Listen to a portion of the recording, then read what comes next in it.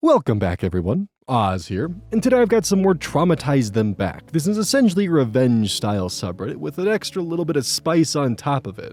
Some instant gratification, if you will. As per usual, I'll be giving my opinions on each story, and I really do ask that all of you do the same. I really do enjoy seeing everyone's inputs and personal ideas and opinions, and even callouts if there are any. Without further ado, let's get right into it. Le petit motet. Steal my mail? Have fun thinking you're cursed. Traumatized. I hadn't thought of this in years until my daughter brought it up and suggested I post it here. I'm not sure if this is the appropriate tag, so please let me know if another one fits better. I'm looking behind us now, across the count of time, down the long hall into the history book. Back in the before times, in the long, long ago. 2020. I'm talking about 2020. At the time, I was living in the Midwest and my daughter was living in the Pacific Northwest. She had started getting into haunted dolls, and when lockdown happened, she picked up customizing porcelain dolls to keep herself occupied. I had sent her a few old dolls I'd found at thrift shops, but when I called her to see what she was going to do with them, she told me she never got the package. That's when she told me that porch piracy had become a huge problem in the town. She said that it had always been an issue, but since lockdown had started, they'd gone beyond blatant. And now, it was almost a guaranteed chance that you wouldn't get your package unless the mail person directly handed it to you. It got to the point that the thieves would literally follow the mail truck and would be walking up to the porch to steal packages as the mail person was walking back to the sidewalk. This, as you can imagine, annoyed me on a personal level. If I was going to spend my own money sending something to my daughter for her to customize, I damn well wanted her to get it, not some random mook off the street. I told her I'd think about it and get back to her, as there was a doll I'd found that I thought would be perfect for a horror customization. Plus, I wanted to support my daughter with her art, so I wanted to commission this doll specifically. The other important factors that contributed to this situation are that I'm pagan. I love ancient fictional languages, and I absolutely love being able to screw with people that deserve it. I spent a few weeks mulling the situation over in the back of my mind and eventually hit on a solution that borrowed heavily from the Satanic Panic, which I had lived through as a kid. Since I wasn't sure that she would actually get the package, I decided to send a backup doll I'd found and plan on sending with the original doll just in case the original doll got messed up in a way that couldn't be fixed. The doll had a cracked face, was missing an eye, and had a faded, stained blue silk dress, and the hair was a snarled mess. I found a shoebox that fit the doll with a little room to spare and got to work. Now, everything I wrote is approximated because I was an idiot and didn't take a picture before I mailed the box off. Stupid of me. First, I aged some printer paper with coffee, crumpled it up until it was soft, and then cut out 6 squarish pieces, created 2 sigils, and drew them on 2 of the pieces, one small one where the sigil took up most of the paper, and one larger one where the sigil was in the center but had plenty of room around it to write other stuff. The sigils were based on the phrase "fuck off, thief," and "this is not yours." I also used Gallifreyan Translator app and created a symbol that translated into "May you perpetually step on Legos barefoot in the dark." The 4th and 5th pieces of paper had random symbols drawn on them, including alchemical, astrological, and the symbols from some 70s themed metal albums, Led Zeppelin in specific, and random shapes I doodled.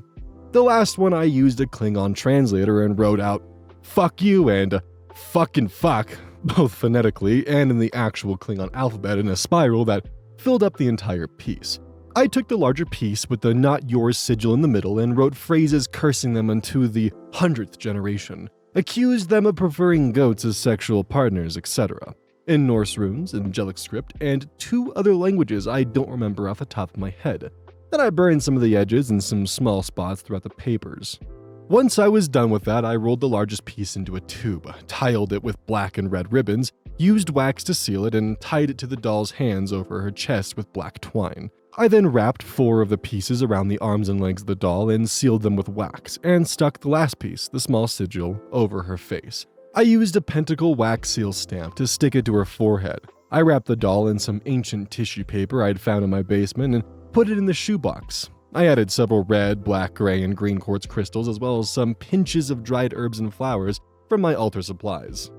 I finished the whole thing off with a short note written on a torn notebook paper that essentially said that I was grateful to get this cursed thing off my hands, that I'd tried to seal the evil spirit possessing the doll as best I could, but I didn't guarantee it would work, and that it was the buyer's problem now.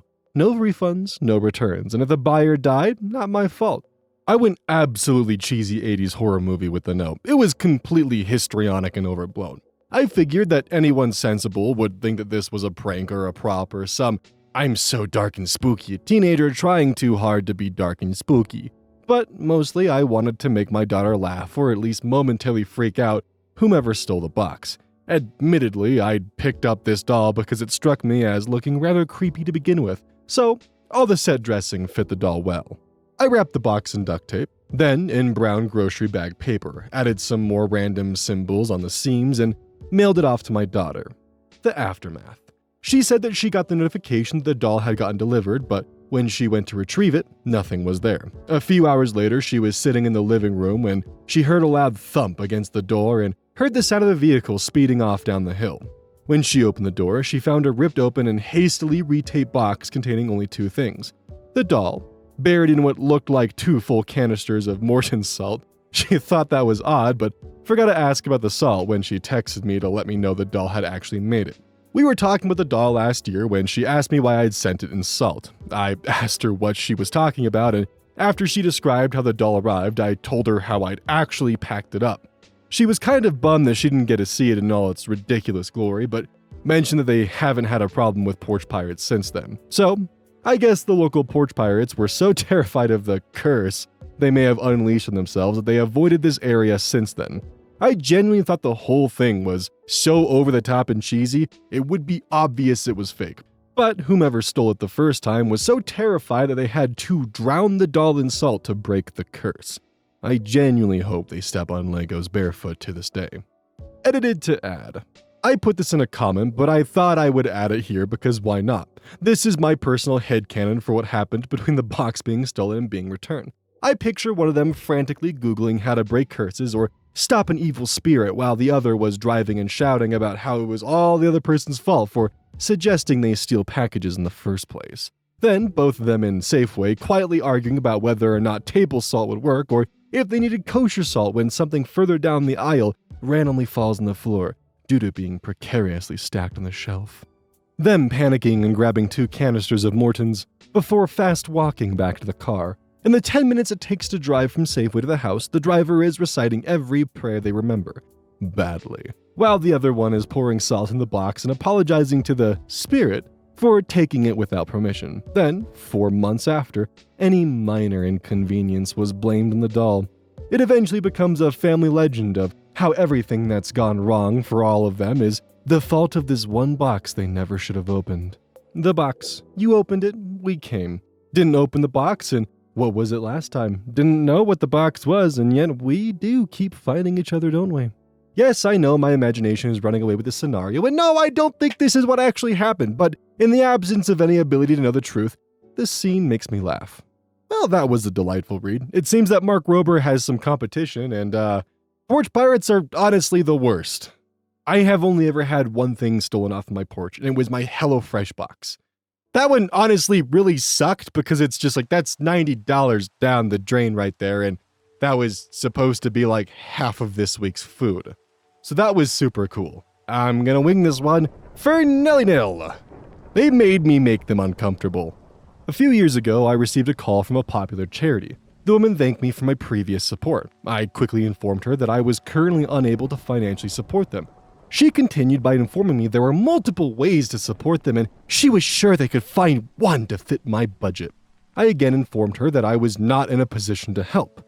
Not missing a beat, she began telling me my options. I then firmly told her I had recently become a widow. I had not only lost my husband's income, but the grant funding my position had run out.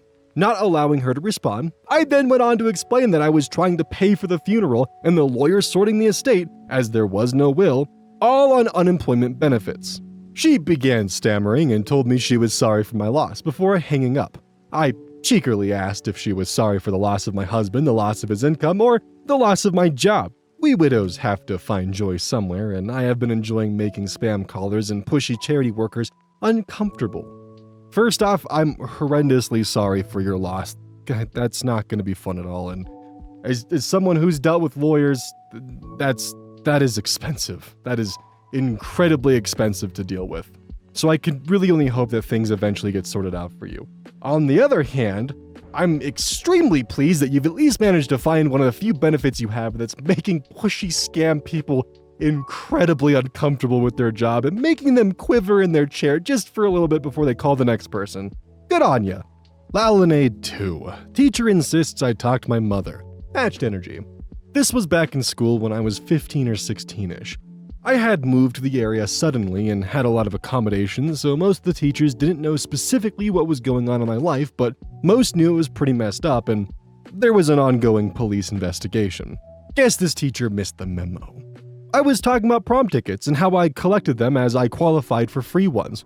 I don't remember exactly how the conversation went, so I'm kinda paraphrasing. Teacher, you just need to get your mom to email to claim as many tickets as you need. Me? Okay, I'll ask my dad to do that. She mentioned a few other things, but every time ignoring my subtle correction and asking me to talk to my mom. After 4 times, I lost my temper and went, alright, since you insist, I'll drive for 2 hours, find my highly abusive mother in police custody and reconnect with her, just to ask her permission for some prom tickets. Or I could ask my dad at home. It was here that she just went completely silent and a couple nearby teachers gave her judgmental looks and I walked away. Teachers should honestly know better than to assume all kids have parents, especially both.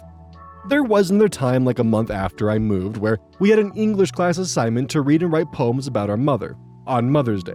So it was already a pretty sore day for me. I just left. Should have written some poems about how she beat me for laughing wrong to teach them not to do this shit. I would say that for teachers, it's probably pretty rare for them to encounter a circumstance like this, so it's probably not very common they need to put these kind of accommodations down. But I would also assume that as a teacher, you should probably pick up on the subtle cues that your students are giving about, possibly a parent not being around so you don't make a complete goober of yourself. That's just my personal thought, though. Person that's queer. Nice. You stalk me, I'll stalk you back. Matched energy.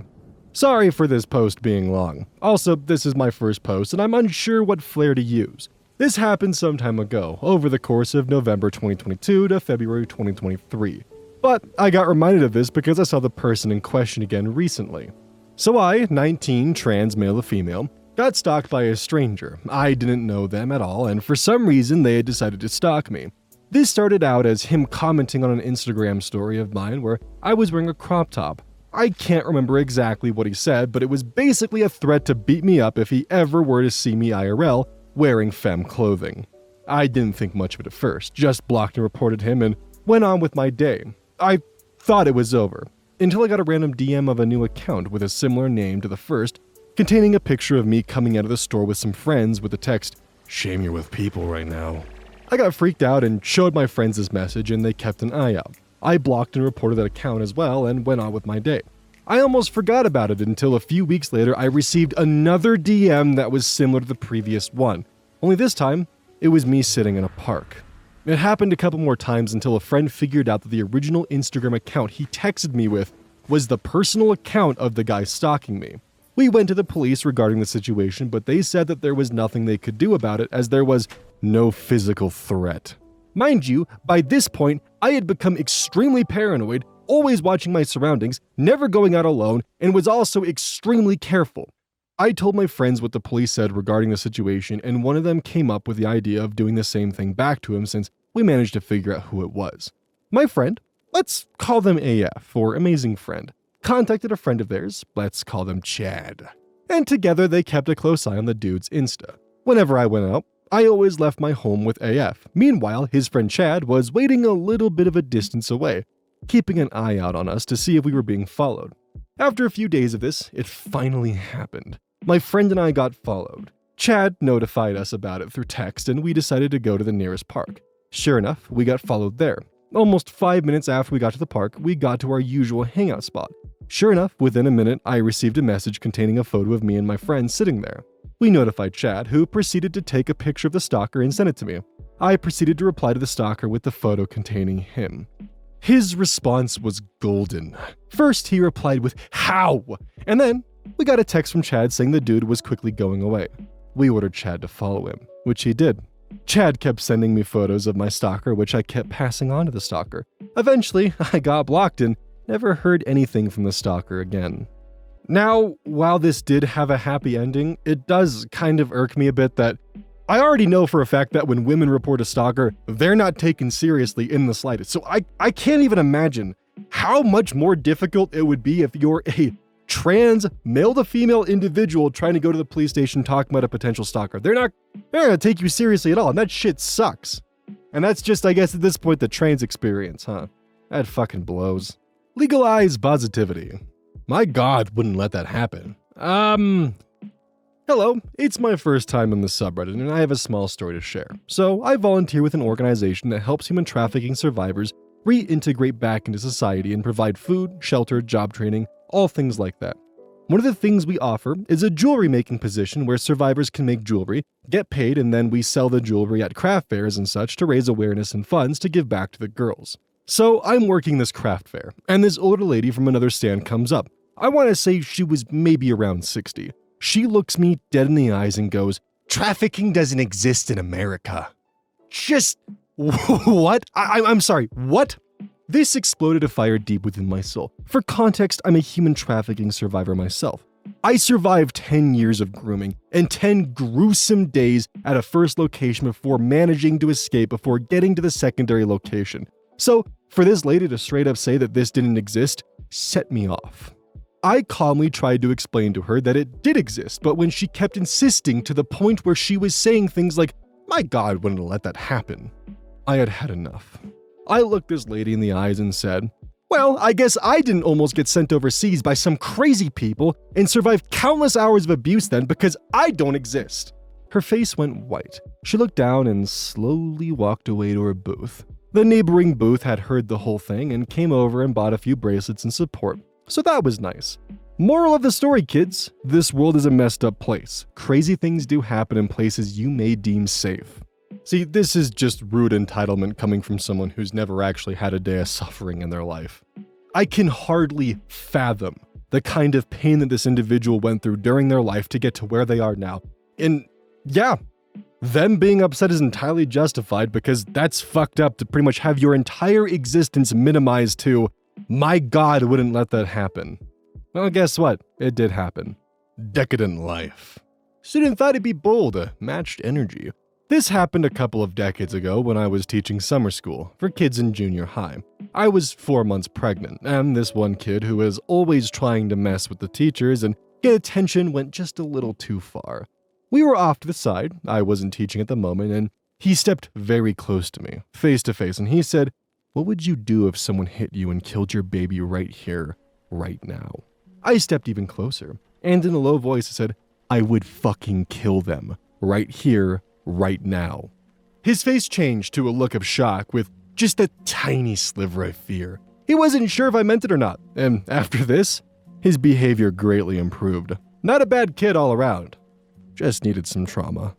Just as a heads up for my dark humor enthusiasts, this right here is not dark humor.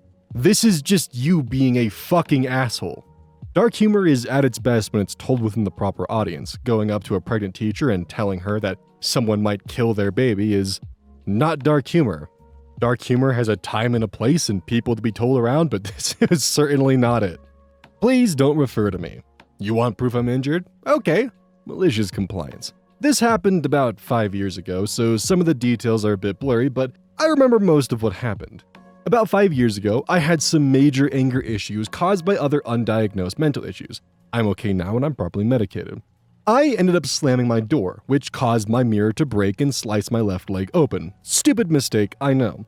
I've learned since then. I ended up going to the hospital to get about 48 stitches. I had to miss a couple of days of school because the doctor told me to take it easy for 48 hours. When I finally went back to school, I had crutches because I couldn't put any weight on the injured leg at all. I got an elevator key and needed people to help me with my books. I kept pain meds with the nurse because, again, 48 stitches. She never liked me for some reason, so when I went to get half a pill during lunch, she refused to give it to me. Here's how the exchange went. "Nurse, you don't need any meds, you're fine." "No, I do need them. I'm in a lot of pain." "Stop faking and go back to lunch. Oh, and leave your crutches here. You don't need them." Now, I was in a lot of pain, so I was already not in a good mood, so this really pissed me off. How about you do your damn job and give me my meds, then I'll go back. I have an ungodly amount of stitches in my leg, and I'm already upset enough without you being rude. How do I know that you're actually injured? You could just have a bandage around your leg. Alright, you want proof? Yes. Without hesitation, I untied the gauze on my leg, removed the gauze pad, and showed her my stitched wound. All of the color drained from her face, and she looked like she was going to throw up. Is this good enough for you? After a moment, she silently unlocked her medicine cabinet and handed me my painkiller bottle, which was literally just extra strength ibuprofen, not opioids, so I have no idea why she was so protective of it. Take your pill and go back to lunch. I smiled at her as sweetly as possible. Oh, I can't go back now. My bandages aren't sterile anymore, so I need to change them. I had brought extra bandages just in case, so this was no big deal. She still looked nauseous at this point, so I changed my bandages as slowly as I could, making sure she got a good look at my leg the entire time. I only had to go back to her office twice during my recovery, but each time, she didn't hesitate to give me my medication. I saw her when I went to return my elevator key, and she avoided eye contact with me. She wasn't working there the following year, luckily. Now, I do personally feel that with the passage of time that some of the details of the conversation have gotten a bit muddied in the specific favor of the poster. Do I doubt the story happened? Not at all. I've had some pretty shitty circumstances with school nurses too. I literally once fell off playground equipment and couldn't properly breathe for a couple hours and was literally wheezing with every breath. And the nurse sat there and was like, "Bah, they should do the trick," and handed me a glass of ice water. It was then that I came to realize that school nurses are nothing more than glorified ice pack dealers, and not actually nurses. Now, sure, school nurses have most certainly seen their fair share of kids faking illness and ailments to get out of school, but at the same time, the kids bandaged and wearing crutches and asking for a pain medication in an orange bottle should probably give it to them. For more reasons beyond the fact that I'm pretty sure it's against the law to withhold medication. Don't forget, this is brought to you by GamerSups. Use code ODDS at checkout. It's basically a caffeine powder that you put in your water, and I actually really like it. I use this on a daily basis. Don't forget that every purchase you make using code ODDS directly supports the channel. And if you want a personal recommendation from me, I would either recommend the Soda Pressing Pear or Dragon Fruit Punch. Those two are currently my favorite flavors. And as a note, once we sell a certain amount of stuff, I get my own flavor and my own cup, and you all know I'm gonna choose some degenerate shit that's gonna make their PR team squirm. My goal is to make them regret partnering with me. So please, use code ODDS at checkout to make my dream come true of making a PR team squirm.